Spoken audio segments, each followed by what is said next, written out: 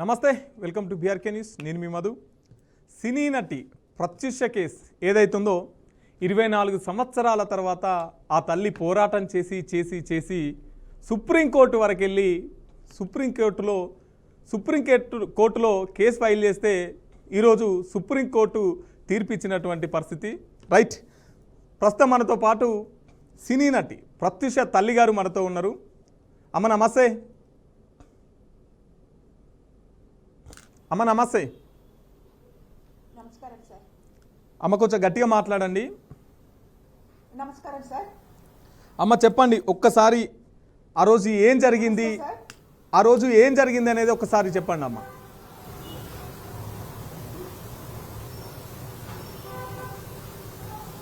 ఎప్పుడు సార్? 23 తారీఖు నాడు ఆ రోజు ఏం జరిగింది అనేది ఒకసారి చెప్పండి అమ్మ. హలో అమ్మ వినిపిస్తుందా? నా వాయిస్ వినిపిస్తుందా? సార్ వినిపిస్తుంది సార్. ఫిబ్రవరి 2002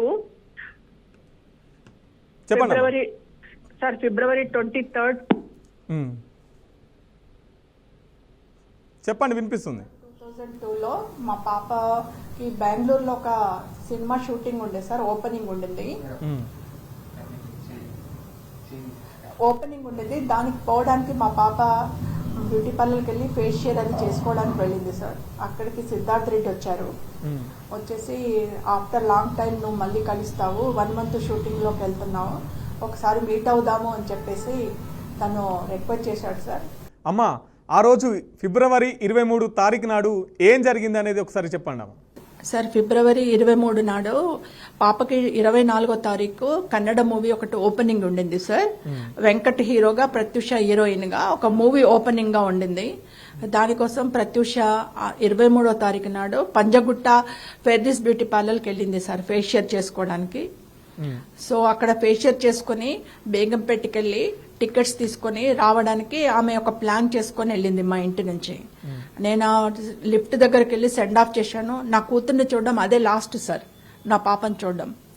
అక్కడ నుంచి పాప ఫేషియల్ చేసుకుంటుండగా సిద్ధార్థ్ రెడ్డి బ్యూటీ పార్లర్కి వచ్చాడు.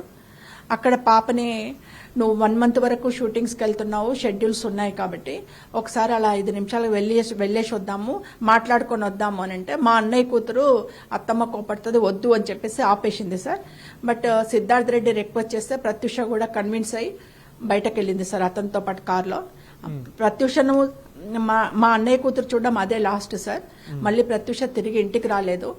అదే రోజు రాత్రి 8 గంటలకి మాకు ఇంటికి కాల్ వచ్చింది, ప్రత్యూష కేర్ హాస్పిటల్ అడ్మిట్ అయిందని చెప్పేసి. కేర్ హాస్పిటల్ నుంచి రిసెప్షన్ వాళ్ళు కాల్ చేశారు, మీరు రండి అర్జెంటుగా అంటే నేను మా బాబు హడావిడిగా హాస్పిటల్కి వెళ్ళాం సార్. మేము వెళ్ళే వరకు 9:30 అయింది. ఆ టైంలో మేము వెళ్ళి రిసెప్షన్లో అడిగితే ఐసీయూలో ఉంది ప్రత్యూష అన్నారు. అసలు నాకు అర్థం కాలేదు సార్, ఏంటంటే అసలు నా బిడ్డ ఎందుకు హాస్పిటల్లో జాయిన్ అయింది, నా కూతురికి ఏమైంది, నా కూతురికి ఏం జరిగింది. ఎందుకంటే బ్యూటీ పార్లర్కి వెళ్ళి ఎయిర్పోర్ట్కి వెళ్ళి ఆ రోజుల్లో ఆన్లైన్లో టికెట్ బుకింగ్ లేదు సార్, ఎయిర్పోర్ట్కి వెళ్ళి తీసుకోవాలి టికెట్స్. సో మార్నింగ్ పూట లేట్ అవుతుందని చెప్పి నేనే టికెట్స్ తీసుకొని రమ్మన్నాను. అవి తీసుకొని ఇంటికి రావాల్సిన బిడ్డ హాస్పిటల్లో అడ్మిట్ అయింది. ఏమైంది, ఎందుకైంది అని తెలియని పరిస్థితిలో నేను అయోమయంలో హాస్పిటల్కి వెళ్ళాను సార్. వెళ్తే ఐసీయూలో ఉంది, మీరు ఐసీయూ దగ్గరికి వెళ్ళండి అని రిసెప్షన్లో చెప్పారు. నేను ఐసీయూ దగ్గరికి వెళ్తే సార్, ఐసీయూ దగ్గర ఉన్న సెక్యూరిటీ నన్ను లోపలికి పోనీయకుండా మమ్మల్ని దాదాపు 2 hours ఐసీయూ బయటనే నిలబెట్టేశారు సార్. నేను ఎంత ఏడ్చినా ఎంత మొత్తుకున్నా నా బిడ్డకి ఏమైంది, నేను ఒక్కసారి లోపలికి వెళ్ళి చూస్తాను, అసలు ఎందుకు హాస్పిటల్కి తీసుకొచ్చారని అడిగితే కూడా డాక్టర్స్ ట్రీట్మెంట్ చేస్తున్నారు, డాక్టర్ అలౌ చేయమంటేనే చేస్తాము, మీరు ఇక్కడనే ఉండండి అని చెప్పి నన్ను ఆపేశారు సార్. ఆఫ్టర్ 2 hours నియర్లీ 10:30, 11 తర్వాత నన్ను నా బాబుని లోపలికి అలౌ చేశారు సార్. ఐసీయూలోకి వెళ్తే ఐసీయూలో దాదాపు ఒక 10 feet దూరంలోనే మమ్మల్ని నిలబెట్టేశారు. ప్రత్యూష దగ్గరికి పోనివ్వలేదు, ప్రత్యూషతో మాట్లాడనివ్వలేదు, ప్రత్యూషను చూడనివ్వలేదు సార్. దూరంగా ఉండి చూడండి, అండర్ ట్రీట్మెంట్ లో ఉంది ప్రత్యూష అన్నారు సార్. అక్కడ చూసేసరికి ప్రత్యూష పరిస్థితి ఎలా ఉందంటే, ఒక గ్రీన్ క్లాత్ ప్రత్యూషకు మెడ వరకు కప్పేశారు, తలకి గ్రీన్ క్యాప్ పెట్టారు, నా మూతికి మొత్తం మాస్క్ పెట్టేశారు, పైన ఒక పెద్ద బాక్స్ ట్రీట్మెంట్ జరుగుతుందని చెప్పి ఒక పెద్ద ఎక్విప్మెంట్ పెట్టారు సార్. Okay. కళ్ళు మూసుకొని ఉంది. దూరంగా మేము నిలబడ్డాం, 10 feet దూరంలో నిలబడ్డాం. ప్రత్యూష ఉందా, చనిపోయిందా, బతికుందా తెలవని పరిస్థితిలో ఉంది సార్ నాకు అక్కడ. నేను మా డాక్టర్ గారిని ఎంత బతిలాడేడ్చినా ఒక్కసారి వెళ్ళి టచ్ చేస్తాను నా కూతుర్ని, నేను వచ్చాను అని చెప్పి ధైర్యం చెప్తాను. నేను వెళ్తా అంటే లేదు ట్రీట్మెంట్ అవుతుంది, మీరు వెళ్ళొద్దు అన్నారు సార్. ఐసీయూలో ఉంది, మీరు దగ్గరికి వెళ్ళొద్దు, దూరంగా ఉండి చూడండి అన్నారు సార్. జస్ట్ 1 minute 1.5 minutes చూయించారు, మీరు బయట వెళ్ళి కూర్చోండి అన్నారు సార్. అక్కడే అదే ఐసీయూలో పక్క రూమ్ లో సిద్ధార్థ రెడ్డి ఉన్నాడు sir. Siddhartha Reddy parents, Siddhartha relatives, Siddhartha Reddy friends అందరూ అతను చూడడానికి వస్తున్నారు, అతను చూస్తూ ఉన్నారు, మాట్లాడుతున్నారు, వెళ్ళిపోతున్నారు సార్. అతనికి మాత్రం అలౌ చేశారు. నా బిడ్డని అట్లీస్ట్ కన్న తల్లి చూడడానికి కూడా అలౌ చేయలేదు సార్. బయటకు పంపించేశారు. మళ్ళీ వచ్చి మేము బయట కూర్చుండిపోయాము. మళ్ళీ ఒక 10 minutes తర్వాత అగైన్ డాక్టర్స్ మమ్మల్ని పిలిచారు సార్. మళ్ళీ ఐసీయూలోకి వెళ్ళాం. ఐసీయూలోకి వెళ్తే పాపది ఒక మెళ్ళో చైన్, ఒక రింగ్, టాప్స్, ఇయర్ టాప్స్, ఈ 3 ఉన్నాయి మీ పాప బాడీ మీద, ఈ 3 తీసుకోండి అని చెప్పేసి అవి ఇచ్చేసి నాకు ఒక పేపర్, ఒక వైట్ పేపర్ లో చుట్టి ఇచ్చేసి రిసీవ్డ్ అని చెప్పి సిగ్నేచర్ చేయించుకున్నారు సార్. అప్పుడు కూడా అడిగాను, ఒక్కసారి నా డాక్టర్ దగ్గరికి వెళ్తాను సార్, ఒక్కసారి నా డాక్టర్ని టచ్ చేస్తాను, తనకు ధైర్యం వస్తుంది సార్ అంటే, లేదు ట్రీట్మెంట్ లో ఉంది, మీరు వెళ్ళొద్దు, మీరు బయట వెళ్ళి కూర్చోండి అన్నారు సార్. అదే లాస్ట్ సార్ నా డాక్టర్ చనిపోయిందా బతికుందా తెలవని అయోమయ పరిస్థితిలో దూరంగా నా డాక్టర్ని చూసుకుంటూ ఏడ్చుకుంటూ బయటకు వచ్చి కూర్చున్నాను సార్. తెల్లారితే చనిపోయిందని చెప్పారు సార్. అంటే ఇది మా ఒక అంటే ఒక తల్లి యొక్క దీన పరిస్థితి, ఆ రోజుల్లో ఉన్న దీన పరిస్థితి సార్. అవును, అతనికి సిద్ధార్థ రెడ్డిని ఏమో అలౌట్ చేశారు, మిమ్మల్ని ఏమో అలౌ చేయలేనటువంటి పరిస్థితి. అమ్మ 24 సంవత్సరాలు అవుతుంది కదా, 24 సంవత్సరాల తర్వాత ఈ రోజు సుప్రీంకోర్టు తీర్పునిచ్చింది. ఈ తీర్పుని ఏ విధంగా చూస్తారు? సార్, ఒక ఇండియన్ సిటిజన్ గా నేను అత్యున్నత న్యాయస్థానం మనకు సుప్రీంకోర్టు, భారతదేశానికి అత్యున్నత న్యాయస్థానం. అటువంటి అత్యున్నత న్యాయస్థానం ఈ రోజు తీర్పు వెలువడించింది సార్ ప్రత్యూష కేసు మీద. దానికి నేను చాలా సంతోషపడుతున్నాను. I respect the supreme court, I respect the 2 judges also. Very thankful to judges ఆ జడ్జిమెంట్ ఇచ్చినందుకు. అందులో ఏమైందంటే సార్, హైకోర్టులో ఏ జడ్జిమెంట్ అయితే ఇచ్చిండో అదే జడ్జిమెంట్ ను, అదే పనిష్మెంట్ ను కన్ఫర్మ్ చేశారు సార్. కాకపోతే ఇందులో ఒక చిన్న కంటి తుడుపు మా కుటుంబానికి గానీ, ఒక తల్లిగా నాకు గానీ ఏంటంటే, on the spot within 4 weeks compulsory Siddhartha Reddy surrender కావాలని ఇచ్చారు సార్. అదొక కంటి తుడుపు మాకు. బట్ అది ఒక న్యాయపరంగా చెప్తున్నాను సార్. నేను చాలా థ్యాంక్స్ చెప్తున్నాను సుప్రీంకోర్టుకి, 2 జడ్జెస్ కూడా థ్యాంక్స్ చెప్తున్నాను, నమస్కారాలు తెలియజేస్తున్నాను.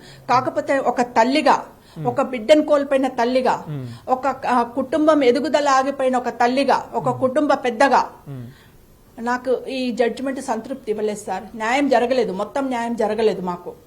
ఎందుకంటే ఇక్కడ ఒక ప్రాణం పోయింది సార్, ఒక అమ్మాయి భవిష్యత్ ఆగిపోయింది, ఒక కుటుంబ భవిష్యత్ ఆగిపోయింది. ఇప్పటి వరకు కూడా ఫ్రమ్ ది స్టార్టింగ్ 2002 నుంచి ఇప్పుడు కూడా, రేపు భవిష్యత్తులో నేను చనిపోయే వరకు కూడా నా బిడ్డ ఆత్మహత్య చేసుకునే పిరికితి కాదు. ఎవిడెన్స్ లేకుండా చేశారు. నా బిడ్డ అత్యాచారం చేయబడింది, నా బిడ్డ హత్య కాబడింది. అది నేను ఇప్పుడు కాదు, రేపు చెప్తా. కోర్టులు జడ్జిమెంట్ ఇచ్చినాక కూడా ఈ తల్లి ఇలా మాట్లాడుతుందని తప్పు అనుకుంటే నేను బాధ్యురాలిని కాదు సార్. ఒక తల్లిగా నా నమ్మకం అది. సరే, ఇన్ని సంవత్సరాలు నేను చెప్పిన సంగతులన్నీ, నేను చెప్పిన విషయాలన్నీ అరణ్య రోదనే అయింది సార్. ఎక్కడ చెప్పుకున్న అరణ్య రోదనే సార్. ఇన్ని సంవత్సరాలు, ఇంతకాలం ఎందుకు పట్టింది అంటారు? 24 సంవత్సరాలు ఒక దోషినికి శిక్ష పడడానికి 24 సంవత్సరాలు ఎందుకు పట్టింది అంటారు?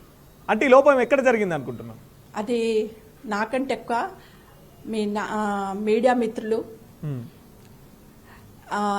లీగల్ ఎక్స్పర్ట్స్, న్యాయవాదులు, ప్రజాప్రతినిధులు వాళ్ళు చెప్పాలి సార్. చట్టం చేసే వాళ్ళు చెప్పాలి. ఎందుకు చట్టపరంగా బాధితులకు న్యాయం డిలే అవుతుంది, ఎవిడెన్స్ ఉన్నా ఎందుకు న్యాయం డిలే అవుతుంది, ఒక కోర్టు నుంచి ఇంకో కోర్టు, ఇంకో కోర్టు నుంచి ఇంకో కోర్టుకు ఎందుకు వెళ్లాల్సి వస్తుంది, అది మీరే చెప్పాలి సార్. నేను బాధితురాలుగా నా బిడ్డకు న్యాయ పోరాటం చేయడానికి 24 సంవత్సరాలు కొట్లాడుతూనే ఉన్నాను. నాకు సంబంధించిన ఎవిడెన్స్ అన్ని ఇస్తూనే ఉన్నాను. బట్ ఎప్పుడైతే ప్రభుత్వము 2002లో సిబిఐకి ఇచ్చిందో, సిబిఐకి ఇవ్వడానికి ముందే, అంటే ప్రత్యూష చనిపోయిన 2-3 months కు సిబిఐ ఎంటర్ అయింది సార్. సో సిబిఐకి ఇవ్వడానికి ముందే ఎవిడెన్స్ అన్ని మాయమైపోయినాయి సార్. అంటే సిబిఐ ఎంటర్ కాకముందుకు ఎవిడెన్స్ అన్ని మాయమైపోయినాయి. నేను మెడికో లీగల్ కేసు కింద మాయం కావడం వెనుక ఎవరు కుట్ర ఉందంటారు? ఎవరు మాయం చేశారంటారు? సార్ మీకు ఒక చిన్న ఎగ్జాంపుల్ చెప్తాను సార్. మెడికో లీగల్ కేసు కింద కేర్ హాస్పిటల్కి వెళ్ళాను సార్. నేను ఎప్పుడైతే నా బిడ్డను తీసుకుని నేను భువనగిరికి వెళ్ళి దాన సంస్కారాలు చేశానో 3 days వరకు అక్కడ ఉండి తర్వాత హైదరాబాద్కి వద్దాము అనుకున్న తరంలో అప్పుడున్న కొన్ని రెండు ఛానల్స్ ఉన్నాయి సార్. అదొక ఈటీవీ ఛానల్ ఒకటి, తేజ ఛానల్ ఒకటి, ఈ 2 ఛానల్సే ఉన్నాయి సార్. అప్పుడు మార్నింగ్ ఒక న్యూస్, ఆఫ్టర్నూన్ ఒక ½ hour న్యూస్, నైట్ ఒక ½ hour న్యూస్ మాత్రమే వచ్చేది సార్.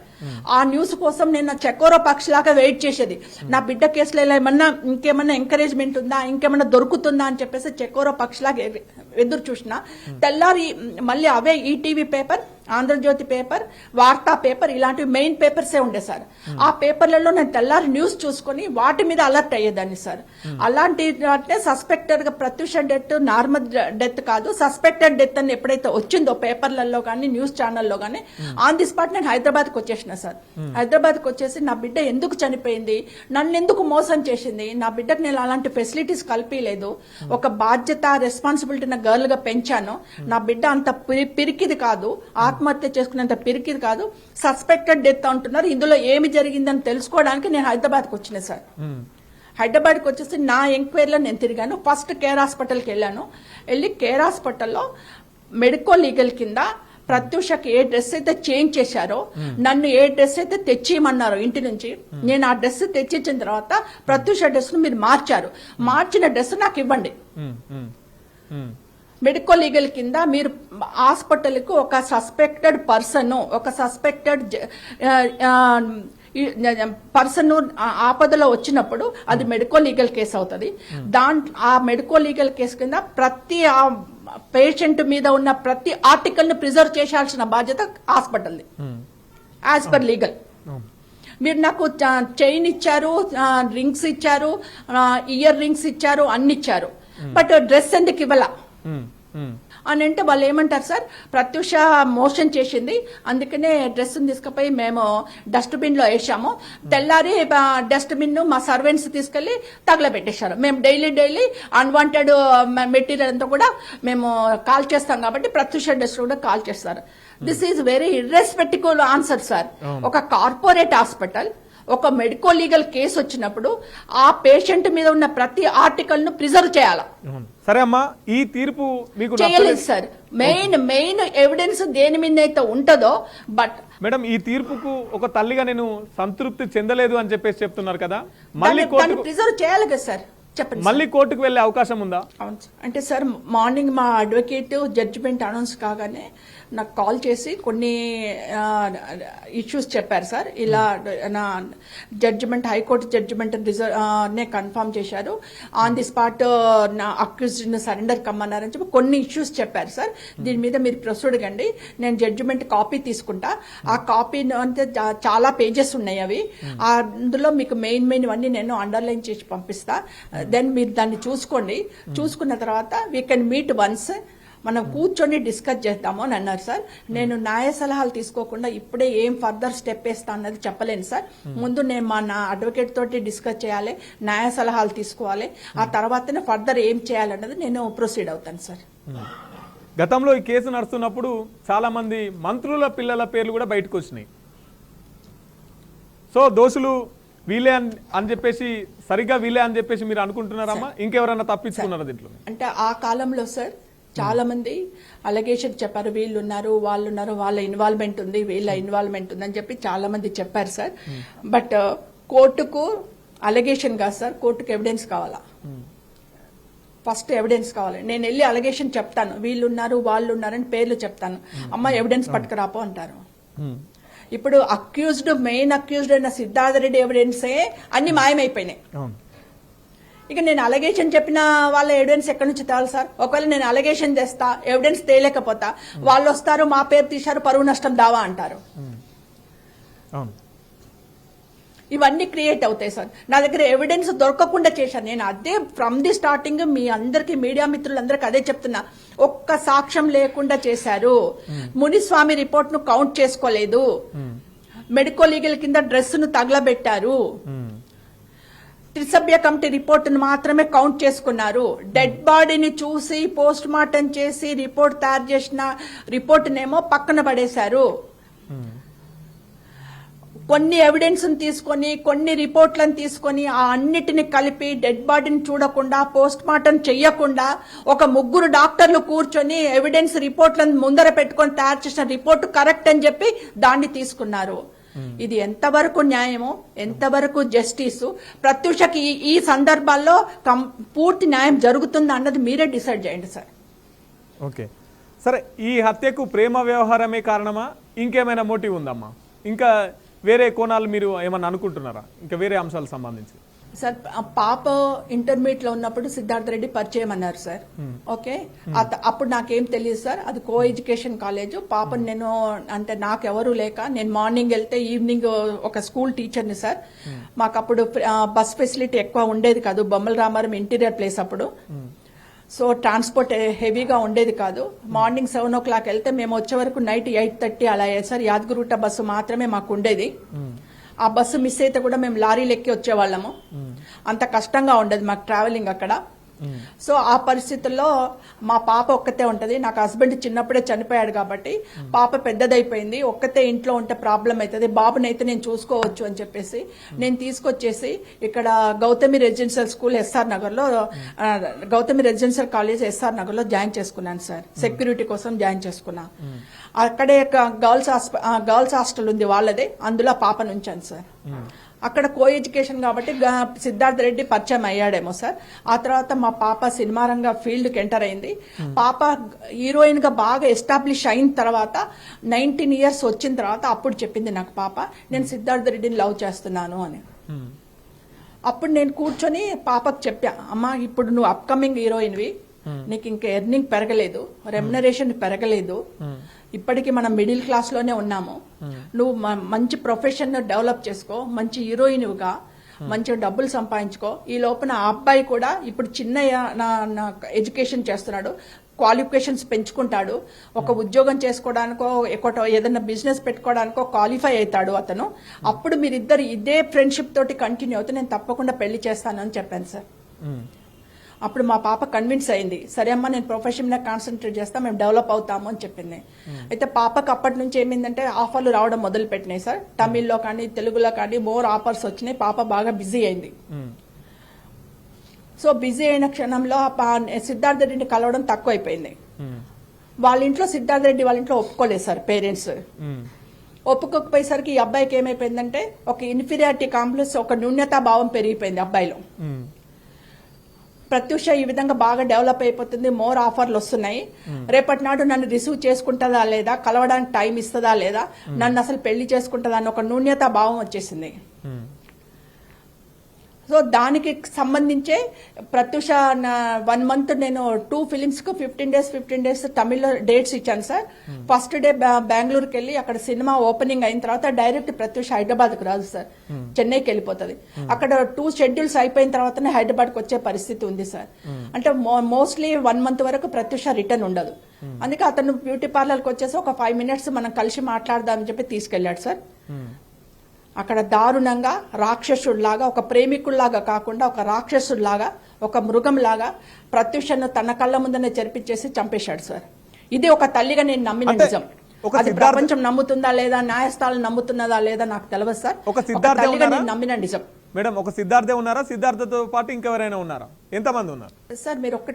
మీరు ఒక్కసారి post mortem report, Muniswamy post mortem report availability ఉంటుంది సార్ మీకు ఆన్లైన్ లో, ఒకసారి తెప్పించుకొని చూడండి sir. Okay, post mortem report లో స్వంతంగా పోస్ట్ మార్టం చేసిన డాక్టర్ గారే చెప్పారు ప్రత్యూష తొడల మీద ఒకరికంటే ఎక్కువ విషయాలు ఉన్నాయి. ప్రత్యూష పొత్తు కడుపు మీద, ప్రత్యూష తొడల మీద, ప్రత్యూష బ్రెస్ట్ మీద గోర్లతోటి ఘాట్లు, రక్తాలు వచ్చినట్టుగా ఘాట్లు ఉన్నాయని చెప్పి మెన్షన్ చేశారు సార్. దీన్ని ఏమనాలి సార్? మరి ఎందుకు పరిగణలోకి తీసుకోలేదు మునిస్వామి గారి రిపోర్ట్ ని? మీరే చెప్పండి, దీన్ని ఏమనాలి? అది నేనెట్లా చెప్తాను సార్? మేము సబ్మిట్ చేసినాం కోర్టులో. సిబిఐ వాళ్ళకి తెలుసు మునిస్వామి రిపోర్ట్ ఉందని. హైకోర్టులో సబ్మిట్ చేశాను, సుప్రీంకోర్టులో సబ్మిట్ చేశాను. మా ఆర్గ్యుమెంట్స్ మేము వినిపించాము. అక్యూజ్డ్ ఆర్గ్యుమెంట్స్ అక్యూజ్డ్ వినిపించారు, విక్టిమ్ ఆర్గ్యుమెంట్స్ మేము మా అడ్వకేట్ ద్వారా వినిపించాము. కోర్టు ఎందుకు పరిగణలోకి తీసుకోలేదు, జడ్జెస్ ఎందుకు పరిగణలోకి తీసుకోలేదు అనేది నేను ఎలా చెప్తాను సార్? నేను ఆర్గ్యుమెంట్ చేశాను, సబ్మిట్ చేశాను, ఇది సాక్ష్యము, ఇది నిజము అని చెప్పి సబ్మిట్ చేసినాం. వాళ్ళు ఎందుకు కౌంట్ చేయలేదనేది జడ్జెస్ కు తెలవాలి, కానీ నాకు ఎలా తెలుస్తుంది సార్? ఓకే అమ్మా, ఈ సంఘటన జరిగిన తర్వాత 4-5 ప్రభుత్వాలు మారినాయి అంటే దీంట్లో ఏమైనా ప్రభుత్వం హస్తం ఉందని మీరు భావిస్తున్నారా? సార్ ఇందులో ప్రభుత్వాలు ఉన్నాయని నేను ఎప్పుడు చెప్పలేదు సార్, ఇప్పుడు కూడా చెప్పను. మీరు అడిగిన క్వశ్చన్ కి నేను ఆన్సర్ చెప్పలేను. కాకపోతే ఆ రోజుల్లో పాప చనిపోయిన కొత్తలో వైఎస్ రాజశేఖర రెడ్డి గారు, కల్వకుంట్ల చంద్రశేఖర్ రావు గారు opposition leader sir, Chandrababu Naidu గారు ముఖ్యమంత్రి గారు సార్. నేను ముగ్గురిని కలిశాను, ముగ్గురు పిలిచారు నన్ను, నేను ముగ్గురిని కలిశాను.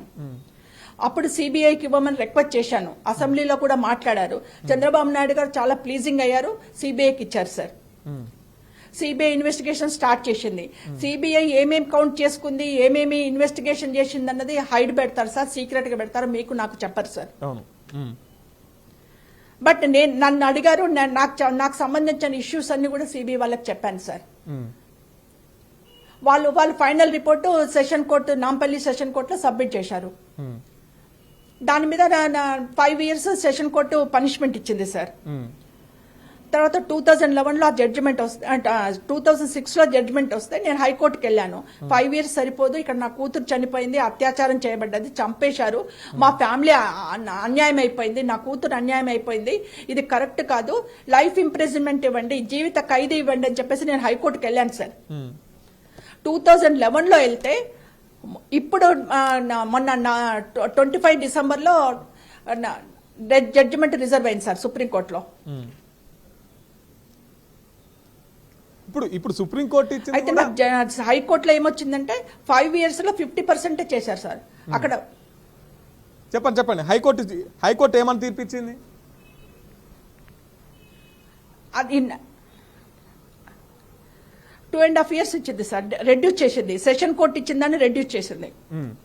రెడ్యూస్ చేస్తే నేను అప్పుడు మళ్ళీ సుప్రీంకోర్టుకి వెళ్ళాను. ఏమని వెళ్ళానంటే, నేను సెషన్ కోర్టు ఇచ్చిన పనిష్మెంట్ సరిపోదు, ఇక్కడ ఒక ప్రాణం పోయింది, ఒక అమ్మాయి అన్యాయం అయిపోయింది, ఒక కుటుంబం అన్యాయం అయిపోయింది, దీన్ని నేను లైఫ్ ఇంప్రిజన్మెంట్ ఇవ్వమంటే మీరు దాన్ని తగ్గించారు, ఇది ఇంకా దారుణం అని చెప్పేసి నేను సుప్రీంకోర్టుకి వెళ్ళాను సార్. 2011 డిసెంబర్లో సుప్రీంకోర్టుకి వెళ్తే ఇప్పుడు జడ్జిమెంట్కి వచ్చింది సార్.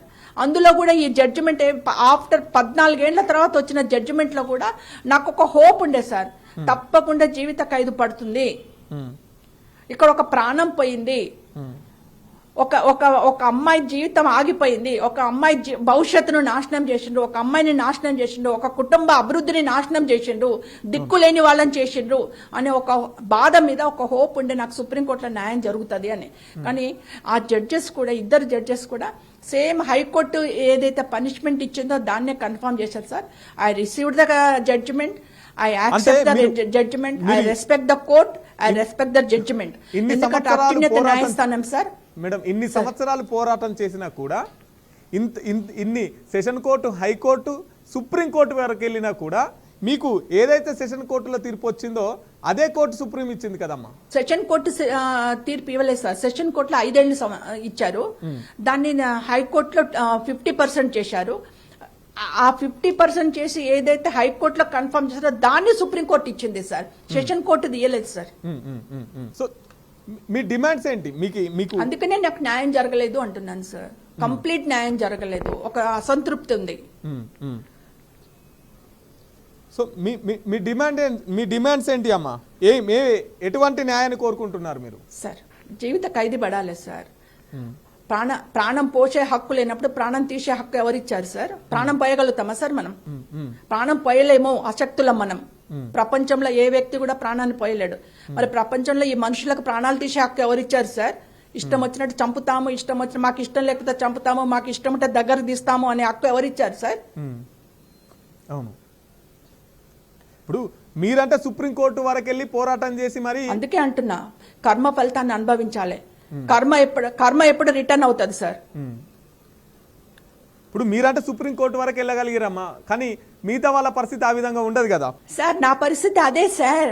నేను ఒక కామన్ లేడీని, మధ్యతరగతి కుటుంబీకురాల్ని, పేదరాల్ని. నాకు కొంతమంది అడ్వకేట్స్ ఒక్క రూపాయి తీసుకోకుండా ఈరోజు న్యాయ పోరాటం చేసింది సార్ నాతో పాటు. కోర్టులో డైరెక్ట్ గా ఆర్గ్యుమెంట్ చేసిండు, కోర్టు ఫైల్ చేసిండు నా పిటిషన్స్, కోర్టు కౌంటర్స్ ఇచ్చిండు నా తరఫున. వాళ్ళందరికీ కూడా మీ మీడియా మిత్రుల ద్వారా అందరికీ శతకోటి నమస్కారాలు తెలియజేస్తున్నా. ఒక అడ్వకేట్ మిత్రులు తప్పితే నాకు ఎవరు కూడా ఈ ప్రపంచంలో సహాయ సహకారాలు అందించలేదు సార్. ఒక్కరు కూడా సమాజం నుంచి కానీ, ప్రభుత్వం నుంచి కానీ, ప్రజా ప్రతినిధుల నుంచి కానీ ఏ ఒక్కరు కూడా ప్రత్యక్ష కేసులో నాకు సహాయ సహకారాలు అందించలేదు సార్. నేను ఒక్కదాన్నే ఒంటరి పోరాటం చేసుకున్నా. కొంతమంది న్యాయవాద మిత్రులు నాకు సహాయ సహకారాలు అందించను. ఒక్క రూపాయి తీసుకోకుండా 24 సంవత్సరాలు కొంతమంది న్యాయవాదులు నాకు సహాయ సహకారాలు అందించారు సార్. వాళ్ళందరికీ కృతజ్ఞతలు తెలియజేస్తున్నా, వాళ్ళందరికీ నమస్కారాలు తెలియజేస్తున్నా. పోలీసు వాళ్ళు మీకు సరైన సహకారం అందించిరామా? నాకు ఎవరు అందించలేదు సార్. నేను చెప్తున్నా నాకు ఎవ్వరూ అందించలేదు. ఓన్లీ న్యాయవాదులు మాత్రమే నా తరఫున కోర్టులో పోరాటం చేసిండ్రు. ఎవిడెన్స్ లేవు సార్ నా దగ్గర. ఎవిడెన్స్ ఉంటే నాకు ఇంకొక తీర్పు వచ్చేది. అవును, ఎవిడెన్స్ అంతా ఎవిడెన్స్ మాయం చేసిండ్రు, ఎవిడెన్స్ లేవు. అవును. సో అప్పుడు ఎవరైతే ఇతను ఉన్నారో వీళ్ళకి అన్ని మాయం అయిపోయినాయి. అందుకని ఇలాంటి తీర్పు వచ్చింది. అదే ఎవిడెన్స్ కోర్టుకు సరి అయిన ఎవిడెన్స్ దొరికి ఉంటే తీర్పు ఇంకో విధంగా ఉండేది. అప్పుడు సిద్ధార్థ రెడ్డికి ఎవరు సహాయం చేశారు అనుకుంటున్నారు సార్? అది నేను ఎట్లా చెప్తాను సార్? ఎవరు సహాయం చేశాను? అదొక వెల్ సెటిల్డ్ ఫ్యామిలీ, బాగా డబ్బున్న ఫ్యామిలీ, రాజకీయ పలుకుబడి ఉన్న ఫ్యామిలీ, అధికారం ఉన్న ఫ్యామిలీ.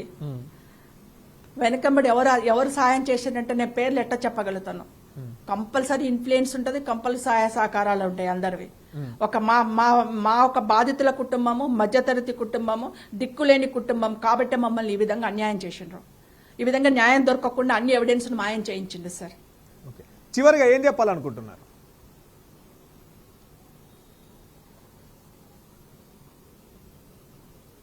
ఏమీ లేదు సార్, నేను ఒకటే చెప్తున్నా. మనుషులున్న ఈ న్యాయక స్థానాలలో నాకు సరి అయిన న్యాయం దొరకల, సంతృప్తికరమైన న్యాయం దొరకల. నా బిడ్డ ఆత్మ శాంతించదు, నాకు మానసిక తృప్తి లేదు. ఇప్పుడు కూడా నాకు మానసిక తృప్తి లేదు. కాకపోతే నేను సరి అయిన న్యాయం ఇక్కడ పొందలేకపోవచ్చు, కానీ నేను మీకు సెంటిమెంట్ అనిపిస్తుండొచ్చు, బట్ నా సెంటిమెంట్ ద్వారానే నేను చెప్తున్నా. కనకదుర్గమ్మ సాక్షిగా నేను అమ్మవారిని చాలా పూజ చేస్తా. కనకదుర్గమ్మ సాక్షిగా ఇక్కడ న్యాయం దొరకకపోయినా, మాకు సరి అయిన న్యాయం దొరకకపోయినా నా కూతురికి దేవుడి కోర్టులో మాత్రం కుక్క చావు చేస్తారు. ఒక్కొక్కడు కుక్క చావు చేస్తాడు సార్. ఈ కేసులో చిన్న వ్యక్తి నుంచి పెద్ద వ్యక్తి వరకు ఎవరెవరు ఇన్వాల్వ్మెంట్ అయినరో, నా బిడ్డ చావుకి నాకు న్యాయం దొరకకుండా, నా బిడ్డకు ఆత్మశాంతి లేకుండా, నా బిడ్డ ఎదగకుండా, నా కుటుంబం ఎదగకుండా ఎవరెవరు చేసిండ్రో అందరికి కూడా తరతరాలు వంశాలలో పాపం తగులుతుంది, కర్మ అనుభవిస్తారు. ఒక్కొక్కడు కుక్క చావు చేస్తాడని మాత్రం నేను చెప్తున్నాను. ఆ దేవుడు, ఆ అమ్మవారు తప్పకుండా పనిష్మెంట్ ఇస్తారు సార్. ఇది మీరు చూస్తారు. అమ్మా రైట్, మనం చూస్తున్నాం కదా 24 సంవత్సరాలుగా. అంతవరకు అయితే నేను చెప్పగలుగుతాను సార్. ఓకే అమ్మా, సార్ థ్యాంక్ యూ అమ్మా. సో మనం చూస్తున్నాం కదా 24 సంవత్సరాలుగా ఒక తల్లి, మా బిడ్డకి ఈ విధంగా అన్యాయం జరిగింది, ఈ దోషులకు కఠినంగా శిక్ష పడాలని చెప్పేసి సెషన్ కోర్ట్, హైకోర్టు, సుప్రీంకోర్టు వరకు వెళ్ళి 24 సంవత్సరాలుగా ఆ దోషికి శిక్ష పడాలని చెప్పేసి 24 సంవత్సరాల పోరాటంలో భాగంగా ఈరోజు సుప్రీంకోర్టు తీర్పు ఇచ్చింది. 4 వారాల్లోగా అతను సరెండర్ అవ్వాలి, 5 సంవత్సరాల జైలు శిక్షను ఖరారు చేస్తూ ఈరోజు సుప్రీంకోర్టు తీర్పునిచ్చినటువంటి పరిస్థితి. సో మనం చూస్తూ ఉన్నాం, అత్యంత కిరాతకంగా చంపి ఎవిడెన్స్. ఇంకొక చిన్న విషయం సార్. అమ్మ చెప్పండి సార్. ఇంకొక చిన్న విషయం సార్. కేసు ఫైనల్ అయ్యే వరకు ఈ 24 సంవత్సరాల్లో నాకు ఎవరు సహాయ సహకారాలు అందించలేదు సార్. అది నేను ఓపెన్ గా చెప్తున్నాను. బట్ మనకు మీరు చాలా మంది పెద్ద వ్యక్తులను, చాలా మంది రాజకీయ నాయకులను రాష్ట్రాన్ని తెచ్చుకున్నాం. కాకపోతే ప్రత్యూష అంతకు ముందుకే అమ్మ మీరు చాలా మంది రాజకీయ నాయకులను కూడా కలిసే ప్రయత్నం చేశారు కదా. అందుకే చెప్తున్నాను సార్, అదే చెప్తున్నాను. అంతకు ముందుకే అవును సార్, అందుకే అదే చెప్తున్నాను. అంతకు ముందుకే 2014 ముందుకే ప్రత్యూష ఒక heroine, establishment heroine, Telugu heroine. అప్పుడు సీఎం చంద్రబాబు నాయుడు గారు ఉన్నారు, చంద్రశేఖరరావు గారు రాజకీయాల్లో ఉన్నారు, వైఎస్ రాజశేఖర రెడ్డి గారు ప్రతిపక్ష నేతగా ఉన్నారు. నేను తర్వాత చంద్రశేఖరరావు గారు ప్రత్యేక రాష్ట్రం ఎంత 10 సంవత్సరాలు సీఎంగా చేశారు తెలంగాణకి. ఇప్పుడు సీఎం రేవంత్ రెడ్డి గారు ఉన్నారు. అప్పుడు కల్వకుంట్ల చంద్రశేఖరరావుని కలవడానికి చాలా ప్రయత్నం చేసిన, ఒక్కసారి కలిసిన. అంతర్జాతీయ తెలుగు మహాసభలు ఉన్నప్పుడు అక్కడ ఉంటారమ్మా మీరు వెళ్ళండి కలుస్తారంటే అక్కడికి వెళ్ళి 3 గంటలు వెయిట్ చేసి సార్ను కలిసిన, సీఎం గారిని. కాళ్ళకు దండం కూడా పెట్టిన. సార్ మమ్మల్ని ఎవరు ఆదుకుంటలేరు, మమ్మల్ని ఎవరు పట్టించుకుంటలేరు, ప్రత్యూషను కానీ ప్రత్యూష కుటుంబాన్ని కానీ ఎవరు పట్టించుకుంటలేరు, మీరైనా పట్టించుకోండి సార్ అని చెప్పి ఏడ్చుకుంటూ కాళ్ళకు దండం కూడా పెట్టిన. మీరు ప్రగతి భవన్కి రండమ్మా, వెనక ఉన్న సెక్యూరిటీకి నెంబర్ ఇవ్వండి అన్నారు. వెనక ఉన్న సెక్యూరిటీకి నెంబర్ ఇచ్చాను, అంటే విజిటింగ్ కార్డు మీద నెంబర్ రాసి ఇచ్చాను. బట్ ఆ నెంబర్ అటే పోయింది, ప్రగతి భవన్ అటే పోయింది. నేను మళ్ళీ ప్రయత్నం చేస్తే నన్ను ఎవరు సీఎం గారి దగ్గరకు తీసుకెళ్లలేదు. ఎంతో మందిని అడిగాను, సీఎం గారి దగ్గరకు తీసుకెళ్లలేదు. ఎవ్వరు అంటే అప్పుడు ఫస్ట్ టర్మ్ అయిపోయింది, సెకండ్ టర్మ్ కూడా అయిపోయింది. బట్ ఇంతవరకు సీఎం గారు నాకు ఎటువంటి సహాయ సహకారాలు అందించలేదు, పిలుపు రాలేదు సార్. ఇప్పుడు మళ్ళీ కొత్త ప్రభుత్వం వచ్చింది, సీఎం రేవంత్ రెడ్డి గారు సీఎం అయినరు. సీఎం రేవంత్ రెడ్డి గారిని కూడా ఇప్పుడు రిక్వెస్ట్ చేస్తున్నాను, ఎంతో మంది కళాకారులను అతను గౌరవిస్తున్నారు, పిలుచుకుంటున్నారు, సహాయ సహకారాలు అందిస్తున్నారు, మంచి మంచి అవార్డులు ఇస్తున్నారు. ఒక సినిమా కుటుంబంగా నేను చాలా సంతోషపడుతున్నాను కళాకారులను గౌరవిస్తున్నందుకు, కళాకారులను చేస్తున్నందుకు. ఇప్పుడు అక్కడ ఆంధ్ర రాష్ట్రంలో కూడా చంద్రబాబు నాయుడు గారు ఉన్నారు. అప్పుడు ప్రత్యూష గురించి ప్రతి విషయం చంద్రబాబు నాయుడు గారికి తెలుసు, వారే సీఎంగా ఉన్నారు. కాబట్టి 2 రాష్ట్రాల తెలుగు రాష్ట్రాలను, 2 రాష్ట్రాల సీఎంలను, 2 రాష్ట్రాల ప్రభుత్వాలను కోరుతున్నాను, ప్రత్యూషను ఒక హీరోయిన్ గా, ఒక నటిగా, ఒక కళాకారినిగా మీరు ఎందుకు గుర్తించట్లేదు? ఇన్ని సంవత్సరాలు 24 సంవత్సరాల నుంచి నేను పోరాటం చేస్తున్నాను. ప్రత్యూష నటి కాదా, ప్రత్యూష కళాకారిని కాదా? ఎంతో మంది ఎక్కడో మరుగుపోయిన నటీనటులను పిలుచుకొని మీరు చేరదీస్తున్నారు. ప్రత్యూష కుటుంబం గాని, ప్రత్యూష తల్లి గాని, ప్రత్యూష గాని ఎందుకు మీకు గుర్తు రావట్లేదు? ఎందుకు దూరం పెడుతున్నారు? ఎందుకు వెలేస్తున్నారు మా కుటుంబాన్ని, నా బిడ్డను? దయచేసి ఎవ్వరు కూడా మా మీద వేరే విధంగా చేయకుండా మా కుటుంబాన్ని, నా బిడ్డను గుర్తించండి, మా కుటుంబాన్ని గుర్తించండి, ఒక కళాకారినిగా స్వీకరించండి. ప్రత్యూషను 2 రాష్ట్ర ప్రభుత్వాలకు గుర్తిస్తున్నారు. ప్రత్యూష బతికుండి ఒక మంచి నటి అయిందనుకోండి, మన రాష్ట్రాలకు ఎన్నో అవార్డులు తెచ్చేది, ఒక మంచి నటిగా వెలుగొందేది, ఒక మంచి నటిగా పేరు తెచ్చేది. మా కుటుంబ దురదృష్టవశాత్తు ప్రత్యూష చనిపోయింది, వెళ్ళిపోయింది అనివార్య కారణాల వల్ల. అటువంటిప్పుడు ప్రత్యూష నటి కాకుండా పోతుందా? తెలుగు రాష్ట్రాల అమ్మాయి కాకుండా పోతుందా? మేము తెలుగు కుటుంబమే, మేము తెలుగు రాష్ట్రాల అమ్మాయి, మా అమ్మాయిని గుర్తించండి, నటిగా స్వీకరించండి, మా కుటుంబాన్ని స్వీకరించండి. 2 రాష్ట్ర ప్రభుత్వాలు, 2 సీఎంలు మా కుటుంబాన్ని ఆదుకోవాలి, మా కుటుంబాన్ని కూడా నిలబెట్టాలి, ప్రత్యూషను గుర్తించాలని చెప్పేసి కోరుకుంటున్నాను సార్. అమ్మ చివరిగా ఒక క్వశ్చన్, ఇన్ని సంవత్సరాలలో సిద్ధార్థ్ రెడ్డి ఎప్పుడైనా మిమ్మల్ని కలిసే ప్రయత్నం చేశారా, కలిసారా?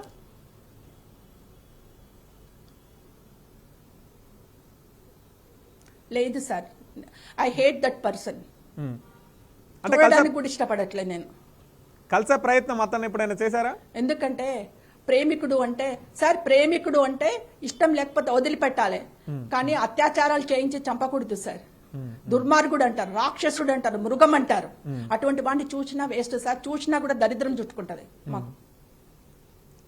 అమ్మ మీరు ఎవరి నుండి కూడా ఏం సహాయం సహకారాలు అందలే అని చెప్తున్నారు, ఎందుకోసం అంటారు? వాళ్ళు ఎందుకని మీకు సపోర్ట్ చేయలే అంటారు?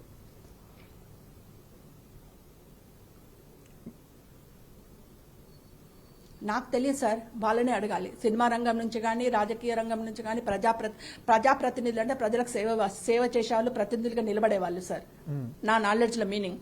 కానీ ఏ ఒక్క ప్రజాప్రతినిధి నాకు సహాయ సహకారాలు అందించలేదు.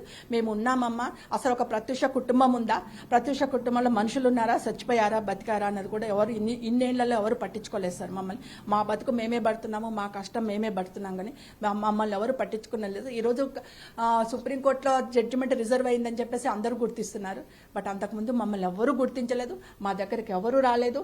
ఎలా ఉన్నారని చెప్పేసి ఏ ఒక్కరు కూడా అడగలేదు సార్. ఎవరి సహాయ సహకారాలు కూడా మాకు అందలేదు సార్. నా ఒక్క ఒంటరి పోరాటం, నా కష్టంలో నుంచే అడ్వకేట్లకి నా దగ్గర ₹1 ఉంటే సార్ ఒక్కటే పైస ఇస్తాను, నా దగ్గర ₹1 ఒక్క పైసా తీసుకోండి సార్, నాకు న్యాయం చేయండి అని చెప్పి బతిలాడుకొని 24 ఏళ్ళు నేను ముందరికి నడిచినాను సార్.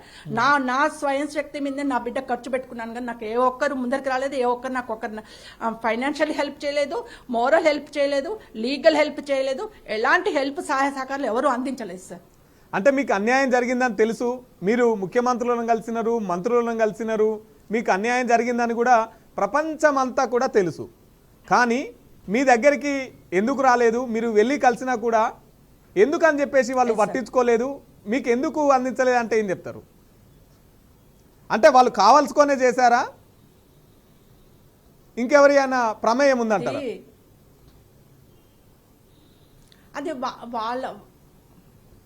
అది వాళ్ళ ఒపీనియన్కే వదిలిపెట్టారు. అసలు వాళ్ళ అభిప్రాయాలకి, వాళ్ళ ఇండివిజువల్ ఒపీనియన్స్కి, వాళ్ళకి వెనుక ఉన్న ప్రెషర్స్కి, వాటికి నేను ఎలా చెప్తాను సార్? అది వాళ్ళు చెప్పాలా?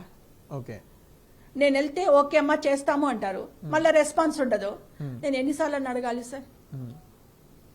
సినిమా రంగం నుంచి ఏ విధంగా ఉంది మీకు సపోర్ట్? ఇది పరిస్థితి సార్ ప్రస్తుతం. సినిమా రంగం నుంచి నాకు ఎలాంటి సపోర్ట్ రాలేదు సార్. పాప చనిపోయినప్పుడు ఆ రోజుల్లో మా అదే సార్, సినిమా రంగం నుంచి ఎలాంటి సపోర్ట్ లేదు సార్. ఆ రోజుల్లో ప్రత్యూష చనిపోయినప్పుడు మా అసోసియేషన్ ప్రెసిడెంట్ గా నాగార్జున గారు ఉండే సార్, సార్ ఉండే సార్. ఆ రోజు పిలిపించారు ఒకసారి నన్ను, అన్నపూర్ణ స్టూడియోలో షూటింగ్ లో ఉన్నప్పుడు రమ్మంటే వెళ్ళాను సార్. సారు మాట్లాడారు, పరామర్శించారు, బాధపడ్డారు, అంతే సార్. తర్వాత మా అసోసియేషన్ తోటి ఒక బృందం వెళ్ళి సీఎం చంద్రబాబు నాయుడు గారికి ఒక పిటిషన్ ఇచ్చారు సార్, ప్రత్యూషకు న్యాయం చేయమని. That's end sir. తర్వాత ఎవరు ముందుకు రాలేదు, ఎలాంటి ఫార్వర్డ్నెస్ లేదు, ఎలాంటి హెల్ప్ లేదు సార్. ఇప్పుడున్న ప్రభుత్వానికి ఏమైనా చెప్పాలనుకుంటున్నామా?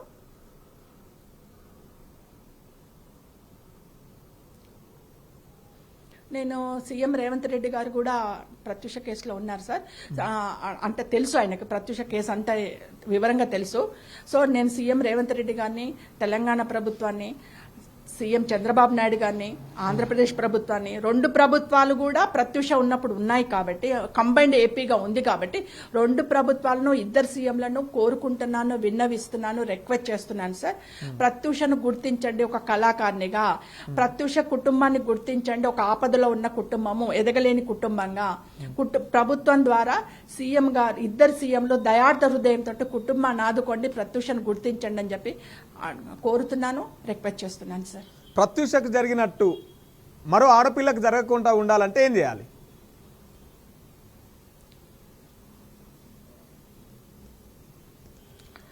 ఒకటే సార్ నేను చెప్పేది, ఏ అమ్మాయికైనా ఒకటే చెప్తున్నాను, ఎవరిని నమ్మకండి. బయటకు వెళ్ళినప్పుడు మీ ఎలివేషన్లో, అంటే మీ కేరింగ్లో మీరు ఉండండి. 4 దిక్కులో ఏమవుతుందో ఒకసారి అబ్జర్వేషన్లో ఉండండి ఆల్వేస్.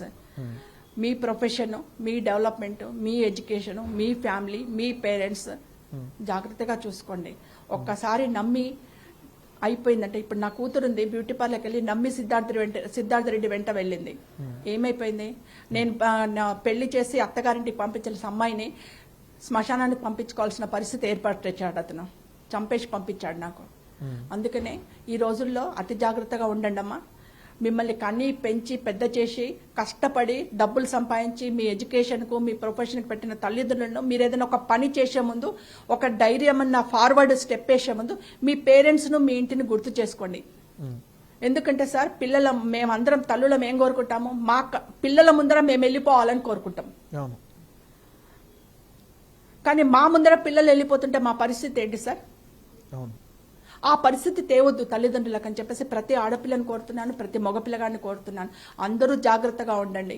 మీ పేరెంట్స్కి ఎలాంటి కష్టము, ఎలాంటి జీవితాంతం బాధ కలిగించే సన్నివేశాలు ఏర్పాటు చేయకండి, రానియకండి. మీరు జాగ్రత్తగా ఉంటే తల్లిదండ్రులు సంతోషంగా ఉంటారు. మీరు అన్యమస్యంగా ఉండి ఇతరత్ర స్టెప్స్ అయితే తల్లిదండ్రులు బాధపడిపోతారు. జీవితాంతం మోయలేని బాధ. మేము చచ్చిపోయే వరకు ఈ బాధ పోదు, మా పిల్లలను మేము మర్చిపోం సార్. చివరిగా ప్రజలకు ఈ బాధ ఎవరికి కలిగించొద్దు. అమ్మాయిలందరూ జాగ్రత్తగా ఉండాలి, ప్రేమలొద్దు, తల్లిదండ్రులు చూసిన వివాహం చేసుకోండి అని చెప్తున్నాను సార్. చివరిగా ఈ తీర్పు గురించి ప్రజలకు ఏం చెప్పాలనుకుంటున్నారు?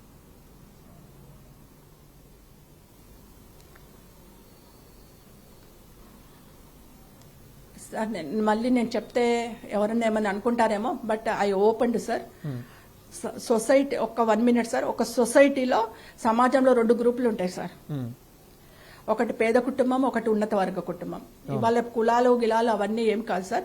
పేద వర్గము, ఉన్నత వర్గం.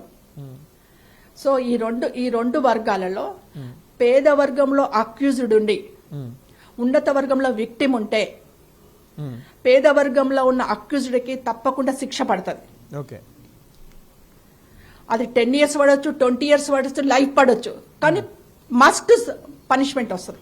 ఓకే, అదే రివర్స్ లో పేద వర్గంలో విక్టిమ్ ఉండి పెద్ద వర్గంలో అక్యూజ్డ్ ఉంటే విక్టిమ్ కొట్టుకొని చావని ఆ కుటుంబం ఏమన్నా కానీ, లైక్ మా కుటుంబం లాగా పెద్ద వర్గంలో ఉన్న వాళ్ళకు పనిష్మెంట్ పడదు సార్. మా లాగా ఇప్పుడు మా జడ్జిమెంట్ లాగా ఎక్కడికక్కడికి మాయమైపోతాయి. ఏమీ ఉండదు, అల్లి కల్లి సున్నకు సున్నా, ఏమీ ఉండదు. కోర్టు జడ్జిమెంట్, న్యాయస్థానాలు కూడా ఏం చేస్తారు, ఉన్న విట్నెస్లతో జడ్జిమెంట్లు ఇస్తాయి. అక్కడి వరకు విట్నెస్లు పోవడానికి కిందనే మాయమైపోతున్నాయి, ఉన్నత వర్గం కాబట్టి. మా విక్టిమ్లకు న్యాయం జరగట్లేదు. సో అందుకనే నేను అందరికీ చెప్తున్నా, అసలు ఇలాంటి సిచ్యువేషన్స్ తెచ్చుకోకండి. మీ జాగ్రత్తలో మీరుండండి. నా బిడ్డ అన్యాయం అయిపోయింది, నా బిడ్డ అమాయకురాలై అతన్ని వాడిని నమ్మిపోయింది, అన్యాయం అయిపోయింది. ఈ రోజు వరకు కూడా మా కుటుంబం పేదరికంలోనే ఉంది. మేము కోలుకోలేకపోతున్నాము, బిడ్డను మర్చిపోలేకపోతున్నాము.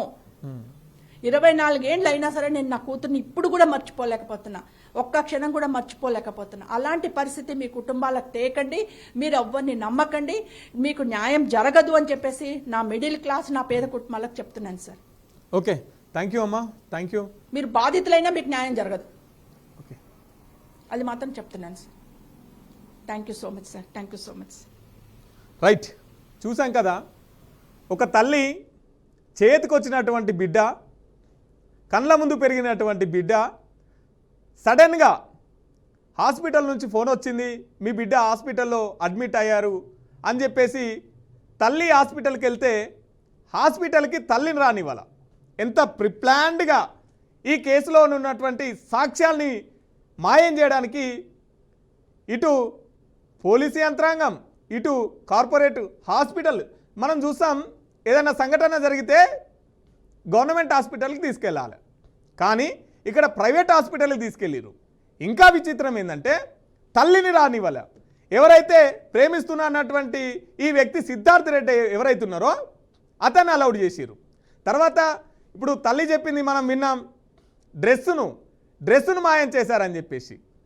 ఎవిడెన్స్ని ఎక్కడైతే వాళ్ళు తప్పించుకోవడానికి సరైన ఎవిడెన్స్ ఏవైతుంటాయో వాటన్నిటిని మాయం చేసి ఫస్ట్లోనే జరిగింది ఓ రకంగా చెప్పాలంటే ఇటువంటి కుట్ర. కాబట్టి 2012 నుంచి 24 సంవత్సరాలు పోరాడితే తప్ప ఒక దోషినికి శిక్ష పడనటువంటి పరిస్థితి. ఆ తల్లి పోరాటం చేసి చేసి చేసి ఈరోజు సుప్రీంకోర్టు తీర్పిచ్చింది. ఈ తీర్పుని మన అందరం చూస్తూనే ఉన్నాం. సో ఇదండి ఇవాల్టి స్పెషల్ డిబేట్. చూస్తూనే ఉండండి బీఆర్కే న్యూస్, ఇది తెలుగోడి సత్తా. Thank you.